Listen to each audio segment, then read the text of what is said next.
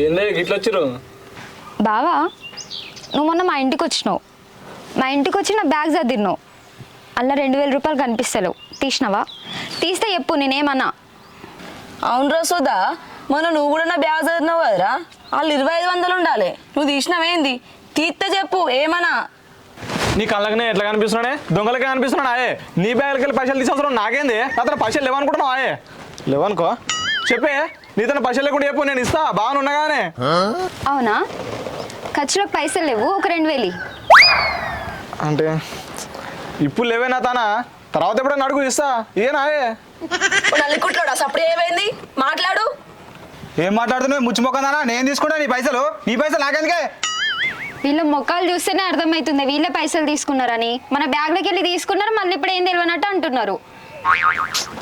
సుదర్శన్, ఈ బతుకొద్దురా నాకు. ఇక ఈ దొంగ పేరు, ఈ బాధనమ్మలు వద్దురా. ఆడోళ్ళ బ్యాగులకి వెళ్ళి పైసలు తీసిన పేరు మనకెందుకురా? రే పారా, కానీ నీళ్ళని బ్యాగులు దింకు చేద్దాం పారా. మనం ఈ దొంగతనమే వద్దురా మనకు. ఏం మాట్లాడుతున్నావు బావా? పైసలు తీసిరా తీయలేదా అని అడిగినందుకు నీళ్లు లేని బాయిలో దూకి చచ్చిపోతారా? మరి లేకపోతే ఏంది? చిన్నప్పటి నుంచి నాకు ఒక్క దొంగ పేరు కూడా లేదే. ఇప్పుడు నువ్వు దొంగతనం చేసినట్టు నాకు తట్టుకోపోతే ఎదులేదే. నీ తన పైసలు తీసి నేను చెప్పనా? నీ మీద ఒట్టి నేను తీయలేదే. పూజ నీ మీద ఒట్టే, నేను కూడా తీయలేదే పైసలు. మా బావ నా మీద ఒట్టేసి అబద్ధం చెప్పాడే. వాళ్ళు నిజంగానే తీయలేదు కావచ్చు. సారీ బావా.